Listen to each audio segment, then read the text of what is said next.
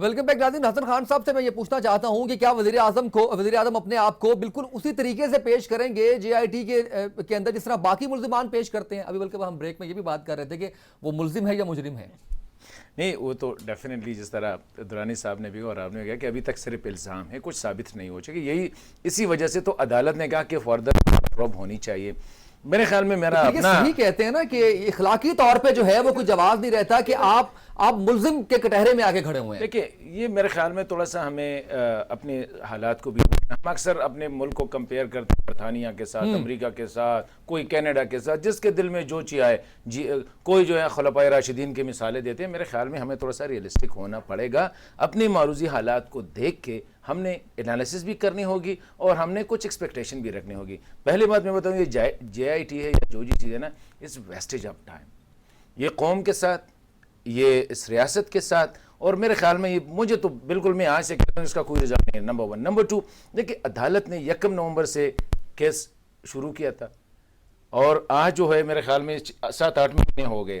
وہ عدالت جس کے ساتھ اوور رائڈنگ پاورز ہے, جس کو چاہے پرائم منسٹر کو چاہے پریزیڈنٹ کو چاہے جنرل کو چاہے جس کو چاہے بلا سکتے اور پوچھ سکتے.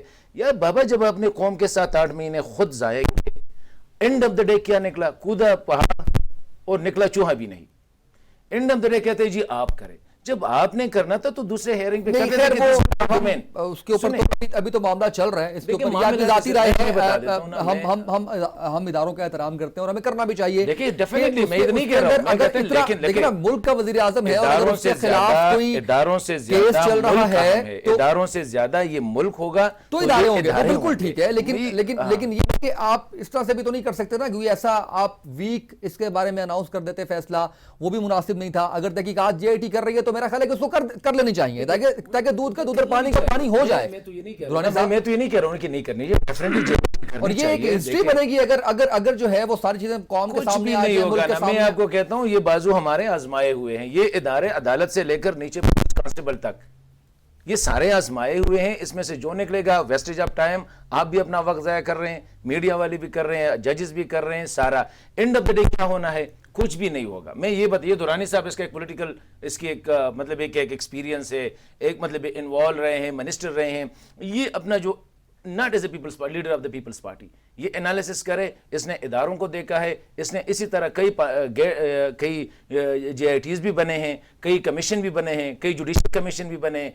یار نکلا کیا ہے؟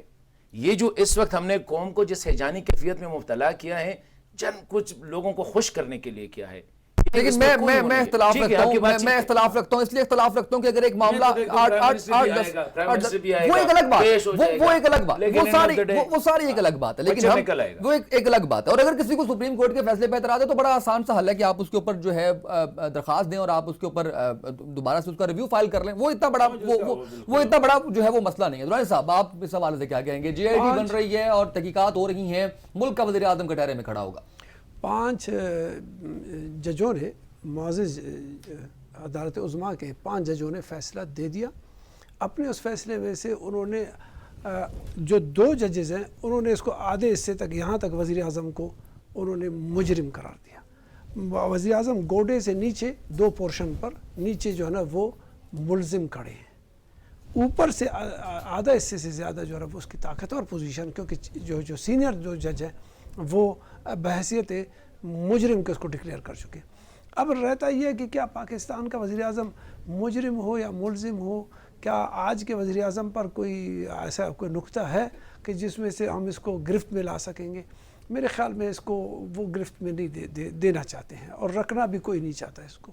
اس لیے کہ جو ہم نے پریکٹس کیا ہے, جیسے حسن خان صاحب کہہ رہے ہیں, ہمارے تجربے سے یہ ثابت ہوتا ہے یہاں پر کہ اس کو سزا نہیں ہوگی. سزا اس کو ہوگی کہ اگر جس کا وزیر اعظم نواز شریف کا جس پوائنٹ پر وزیر اعظم بنے ہیں, جن 2 نکات یا 4 نکات پر وزیر اعظم بنے ہیں, اس کے پیچھے مودی دوستی تھا, باقی کچھ بھی نہیں تھا. I M F, World Bank اور ایشین ڈیولپمنٹ بینک سے مضبوط طریقے سے قرضہ لینا تھا اور مودی دوستی تھا. تیسرا پوائنٹ ہی نہیں پاکستان کے ساتھ, نہ تھا, نہ ہے, نہ رہے گا. مودی دوستی میں وہ اس حد تک جانے کو تیار ہوا, اس کی دوستی خود کی ذات کی تو ہوئی, لیکن ریاست پاکستان کا ریاست ہندوستان کے ساتھ وزیر اعظم نواز شریف کا اس ہندوستان کے ساتھ دوستی نہیں ہو سکی، جو کہ محسوس ہوتا ہے اور فیلڈ میں ایز اے پریکٹیکلی بھی ہوا۔ اسی طرح اگر آپ کہتے ہیں اس کو کہ مذہبی طور پر اور سیاسی طور پر بھی اس کو کور کرنا تھا، وزیر اعظم صاحب نہیں کر صحیح ہے، ٹھیک ہے، اکنامکلی اس کو کور کر سکتے تھے، اقتصادی طور پر وہ بھی قرضوں میں اتنا ڈبو دیا پاکستان کو کہ میں اگر صرف ایک لمحے کے لیے حسن خان صاحب مجھے اگر آپ اجازت دیں، میں صرف پوری قوم سے آپ کے توسط سے پوچھنا چاہتا ہوں کہ یہ پاناما اور یہ سبجیکٹ چھوٹا سبجیکٹ ہے جس کو ہم ڈسکس کر رہے ہیں، وہ اتنے پیسوں کا ہے۔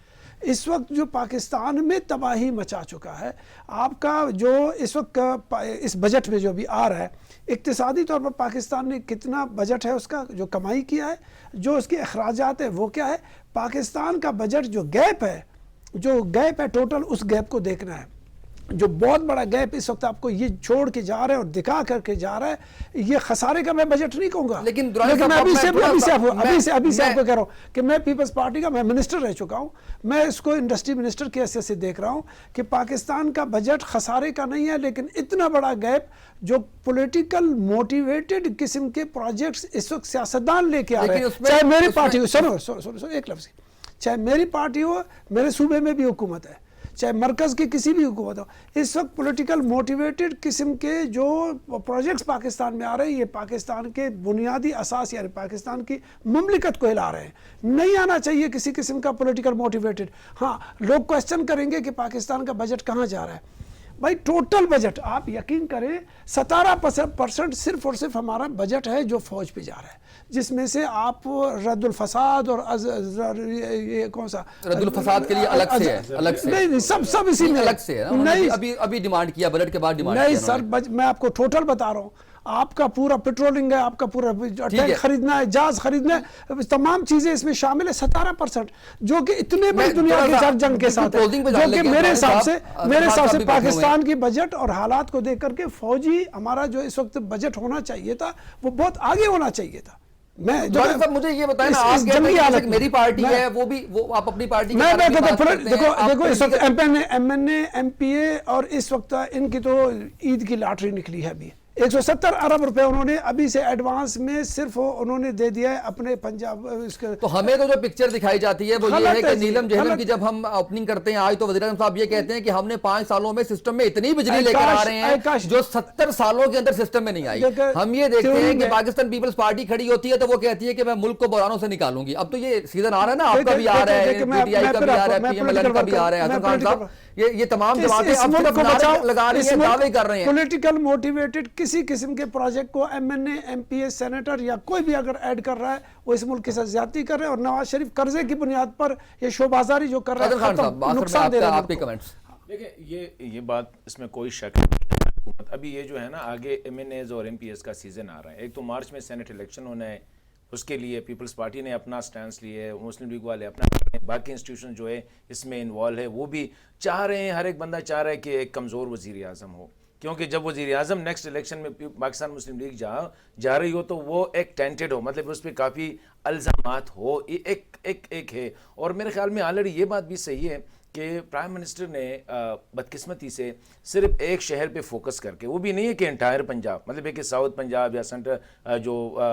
اوپر والا پنجاب ہے اس کو چھوڑ کے صرف سینٹرل پنجاب پہ اور بھی ایک ڈویژن زیادہ فوکس ہے، جس سے بہت زیادہ ریزنٹمنٹ ہے، اور وہ ریزنٹمنٹ ہر لیول پہ، مطلب ہے کہ آپ نے 500 ارب روپے اس سے زیادہ کا جو ہے وہ صرف لاہور پہ لگائے ہیں، لاہور میں، لیکن ہاسپٹل پہ نہیں لگے، ایجوکیشن انسٹیٹیوشن پہ نہیں لگے، ہیومن ڈیولپمنٹ پہ نہیں لگے، انفراسٹرکچر، اور وہ بھی ایسے ہیں جیسے گاڑیوں والے، یہ چیزیں ہیں جو کہ اس طرح بجلی کا لو، ابھی تو یہ اللہ تعالیٰ کی فضل ہے، میرے خیال میں وہ بھی تھوڑے سے خوش قسمت ہے کہ وہ گرمی کا سیزن جو ہے نا وہ ابھی بارشیں ہوتی ہیں، وہ انہوں نے کہا ہم احتجاج کریں گے، پی پی کو بھی خیال آیا 4 سال کے بعد کہ اچھا لوڈ شیڈنگ بڑی ہو رہی ہے، انہوں نے جب احتجاج کیا، پنکھے پکڑے اعتزاز احسن صاحب نے، قمر زمان کارا صاحب نے، تو انہوں نے 2 دن جو ہے وہ بجلی بڑی انہوں نے جو ہے وہ فراخ دلی کا استعمال کیا، لوڈ شیڈنگ ہی نہیں کی لاہور میں ان کے جلسے کو ناکام بنانے کے لیے۔ دیکھیے اگر ہم نے اس نے وعدہ کیا تھا، اس کا قول تھا کہ میں بجلی 6 مہینے میں، وہ تو غلط ہے نا،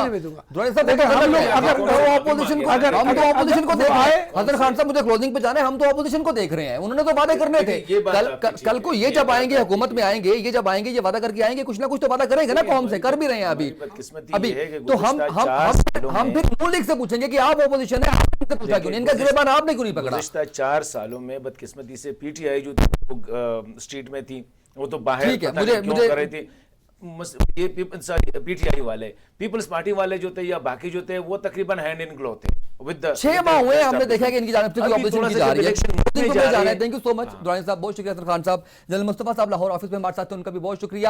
آج کے پروگرام سے اتنا ہی ہم نے ڈسکس کیا. آج کے پروگرام میں چمن بارڈر کی صورتحال اور اس کے ساتھ ساتھ الیکشن کی بات بھی ہم نے کی ہے اور جی آئی ٹی کا بھی ہم نے ذکر کیا. آج کے پروگرام سے اتنا ہی, اجازت دیجیے, اللہ حافظ.